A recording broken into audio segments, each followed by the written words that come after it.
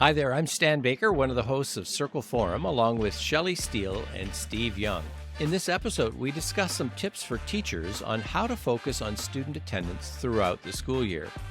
Listen to this conversation, and you'll likely hear something practical that you could put into a memo or a newsletter throughout the year.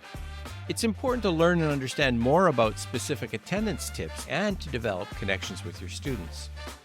If you're currently sending out a newsletter or memo to staff, consider this episode because it provides a lot of practical tips like just greet students at the door with a smile, use the students' names, set an intention to find out 2 new things about each student today or this week.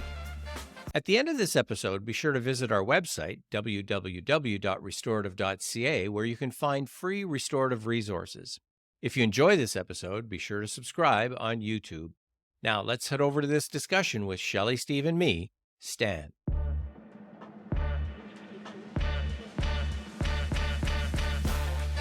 We've had a question that's come up a number of times in our trainings.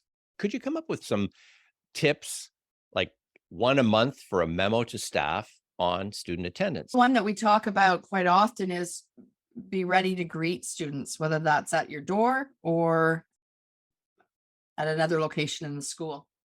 And that rolls into the next one that I was thinking of, which is be present, be out in the halls during transition times, make yourself seen so that you can make those contacts with people rather than sitting in your classroom at your desk between classes. So that makes a difference. Because our jobs in education are about people. And Sure. so you have to be intentional about standing at the door of your classroom, being out during transition times to build those kinds of casual connections that really help you in your work as an educator. And it goes to the basics of restorative that we talk about, which is building relationships. And simply by greeting people in the hallway in transitions is building relationships. And that's the basis of restorative. And I would add, just use students' names. Incredibly important. It is. So they know that they feel they're part of a community and that they're welcome there and somebody knows who they are. One thing I've also noticed, and I would add this as another suggestion, is find out what your students' attendance data is on a weekly basis, because often we get carried away with a lot of other things and we actually don't know where we're at as far as attendance data is concerned. So find the data every week. And in a lot of schools, especially as you get into the higher grades and into high school, you may only know the attendance data for the student when you see them. You may not know what the rest of their day looks like. And even as a homeroom teacher in school, every school student has a number of teachers through the day and through the week. And you may not know that they're not attending French, because I teach them math and English, but I didn't know they weren't attending French because it's always in the afternoon and they don't come back.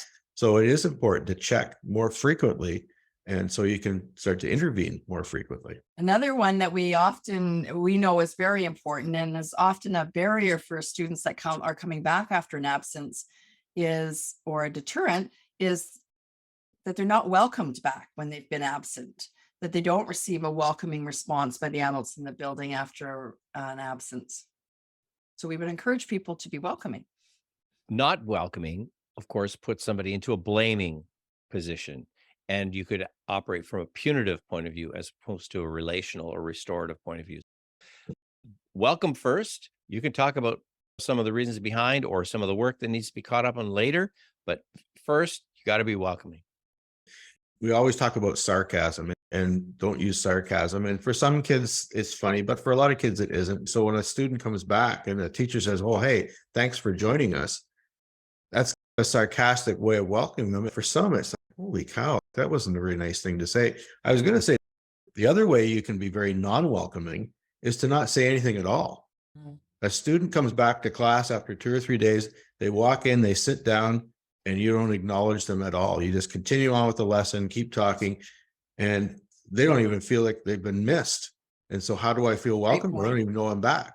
So it is important to make that positive comment. Glad to see you back. And then get into, here's some things that we can help you get caught up on. Not here's the work you missed that you need to get into me. So even then, it's how you use the words and frame the words to make it feel like you're working with them, not doing things to them, which is the restorative thing as well. And I just want to add That's more than the teacher's response. And the teacher's probably not the first person they see when they come back after an absence sometimes. It's anybody that's working with students or coming in contact with students, from the first comment when they walk in late to when they make it to the classroom. I just want to underscore this being welcoming, because it only takes one negative comment to turn the student right around and back out the door. And so it is, like you said, Shelley, it's everybody's responsibility to be welcoming. And I would take this whole conversation even to the next step is how does, as a teacher, a homeroom teacher or whatever, how do you create that welcoming environment in your classroom so that the students are saying welcoming things to their fellow students and their peers?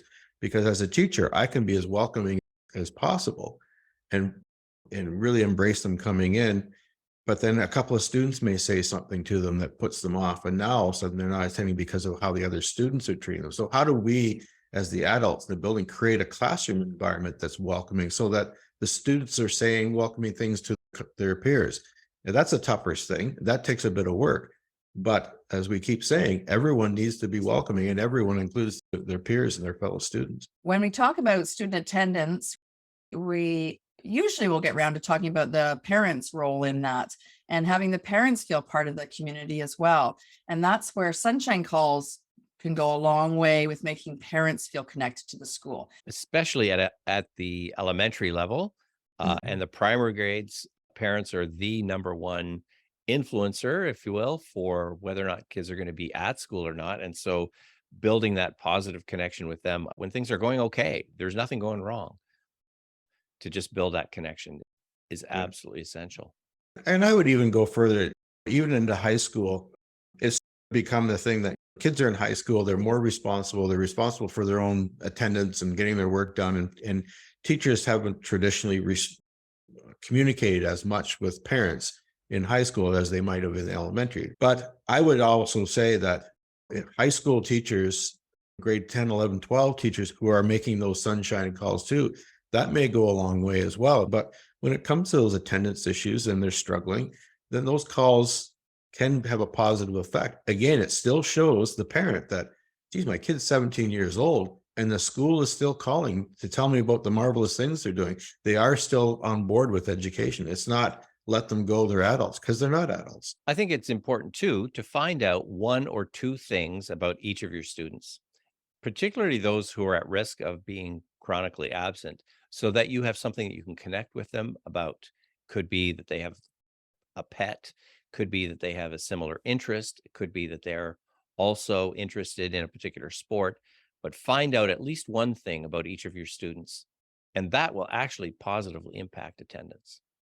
And I don't know if you picked up what the things Stan was referencing, but it was nothing to do with academics. It was something about them personally that you could connect with, not about academics. Yeah, quite often we have great connections with some students, but it's always about school and schoolwork. And it's amazing how when you start a connection with a student because you both cheer for the Toronto Maple Leafs, and in another case, I cheer for them too. Now we've got two kids in a class who might not even know that they have a connection, and now they can connect over something positive. So the three of us are connecting. I remember years ago there was a commercial that said everybody's not good at everything, but everybody's good at something. Find out what they're good at, and not about academics, but outside of academics. And you'd be amazed. Every kid's got something that they want to brag about and that they think they're good at. And so ask them the question and then you'll find out. One of the things we talk a lot about in our trainings are coming from a place of curiosity.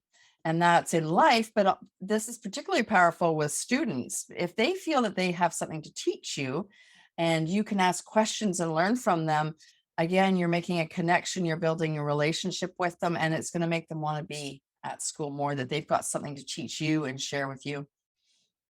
And that is an actual a pedagogical approach that people have been talking about for a number of years now, about teachers as co-learners, not as a lecturer. You're not the expert at the front of the room. Now you're a co-learner. And so if you're asking questions, walking into the room, asking questions, I don't know, how does that work? Explain that to me. Now the student becomes a teacher and they see you in a different light. You're working with them. You're not doing things to them or for them, but mainly to them, which is the way we used to teach. So that whole approach, although it's a pedagogical approach to teaching academics, has a lot to do with building relationships.